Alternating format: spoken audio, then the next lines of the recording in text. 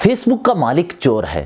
عام زندگی میں ہم یہ دیکھتے ہیں کہ کوئی شخص آپ کے گھر پر ڈاکہ ڈالے تو آپ اس کے خلاف عدالت جاتے ہیں، مقامی انتظامیہ سے بات کرتے ہیں، لیکن فیس بک کا معاملہ مختلف ہے۔ ٹیکنالوجی کے اس دور میں فیس بک مسلسل آپ کا سامان، آپ کا ڈیٹا چوری کر رہی ہے، لیکن افسوس کہ آپ خاموش ہیں۔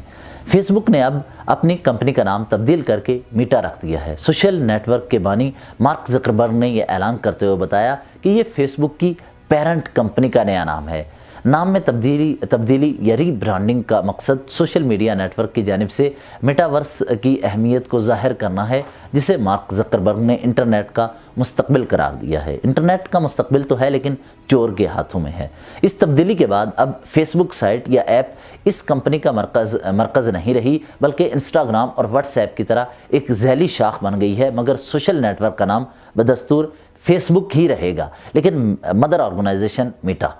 مارک زکربرگ میٹا کے سی ای او اور چیئرمین ہوں گے، یعنی مکمل کنٹرول ان کے پاس ہوگا۔ آگے شاخیں ان کی فیس بک، انسٹاگرام وغیرہ وغیرہ ہوں گی۔ بنیادی طور پر یہ نام کمپنی کے اندر ہونے والی تبدیلیوں کا اظہار کرتا ہے، اور مارک زکربرگ کی جانب سے کچھ دن قبل 2021 میں ہی میٹاورس کے لیے $10 ارب خرچ کرنے کا اعلان کیا تھا۔ کمپنی کے ورچوئل اور وہاں دیگر ریئلٹی کانفرنس کے دوران مارک زکربرگ نے سوشل میڈیا نیٹ ورک کے نئے نام کے بارے میں بتاتے ہوئے کہا کہ آج ہمیں ایک سوشل میڈیا کمپنی کے طور پر دیکھا جاتا ہے، مگر ہم ایک ایسی کمپنی ہے جو لوگوں کو جوڑنے والی ٹیکنالوجی تیار کر رہی ہے۔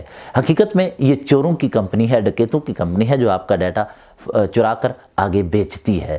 اس کی تفصیلات الگ سے بیان کر چکے ہیں، لیکن انہوں نے کہا کہ اکٹھے مل کر لوگوں کو ٹیکنالوجی کے مرکز میں لا سکتے ہیں، اور اکٹھے مل کر ہم زیادہ بڑی معیشت کی تشکیل دے سکتے ہیں۔ اصل معاملہ معیشت کا ہے، لیکن اب وہ مسلسل جھوٹ بولے جا رہے ہیں۔ حقیقت میں ان پر 2 مرتبہ بڑے جرمانے ہو چکے ہیں، لیکن چونکہ امریکہ نے دنیا پر کنٹرول سنبھالنا ہے تو اپنی کمپنیز کو مختلف ناموں کے ذریعے ری لانچنگ کی طرف جانا ہے، جن پر اعتماد کم ہوتا جا رہا ہے۔ مارک زکربرگ نے کہا کہ نئے باب کے آغاز کے موقع پر ہماری شناخت کے بارے میں بہت سوچا گیا، اور فیس بک دنیا کی تاریخ کی چند اہم ترین استعمال کرنے والی پروڈکٹس میں سے ہے، اور یہ بہت اہم سوشل میڈیا برانڈ ہے، مگر اس سے ان سب چیزوں کی عکاسی نہیں ہوتی جو ہم کرنے جا رہے ہیں۔ مارک زکربرگ نے بتایا کہ یہ نیا نام یونانی لفظ میٹا سے لیا گیا ہے، جس کا مطلب ہے دوسری طرف یا اس پار۔ میرے لیے یہ اس بات کی علامت ہے کہ ہمیں تعمیر کا سلسلہ جاری رکھنا چاہیے۔ Mark Zuckerberg meta Twitter account اور میٹا.com کے مالک بھی ہیں، جو فیس بک کے ویلکم پیج پر ری ڈائریکٹ کرنے والا URL ہوتا ہے، اس کے وہ خود مالک ہیں۔ اور نام میں یہ تبدیلی اس وقت کی گئی جب حالیہ دنوں میں فیس بک کے حوالے سے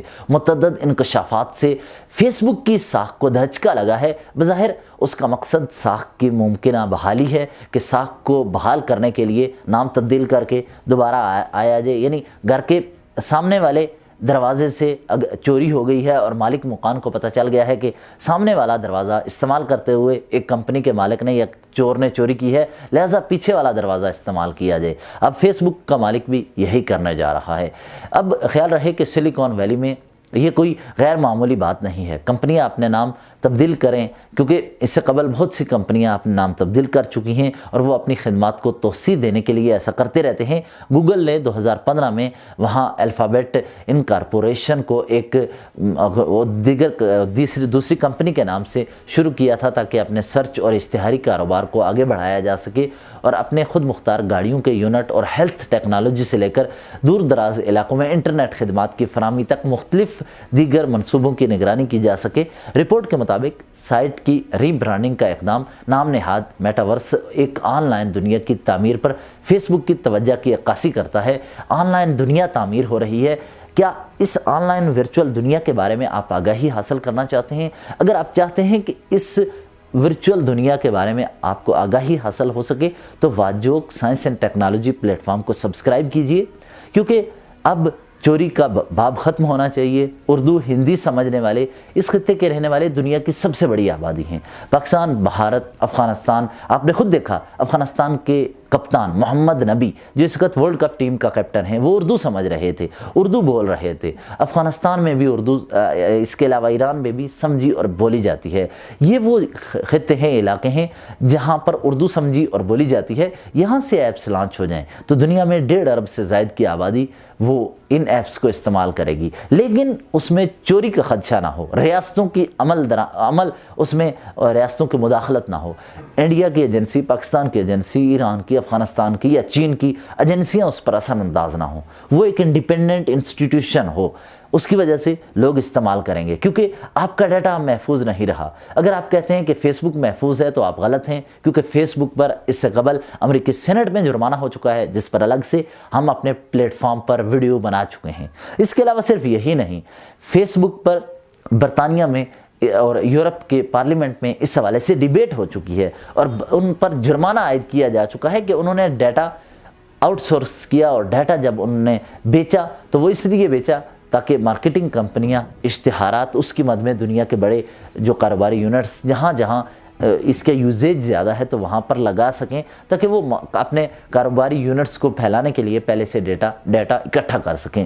یہ بہت خطرناک گیم ہے جس کے حوالے سے روزانہ آپ کو آگاہ کریں گے، آپ کو روزانہ کچھ نہ کچھ نیا ٹیکنالوجی کی دنیا سے بتائیں گے، لیکن کرائم کو ختم ہونا چاہیے، ایسے کرمنلز کو ایپس کا مالک نہیں ہونا چاہیے۔ مارک زکربرگ شاید چند لوگوں کے لیے ہیرو ہو کہ انہوں نے کسی سے ملانے کے لیے فیس بک کا استعمال کر لیا، لیکن وہ بڑا کرمنل ہے اس وقت کی دنیا میں۔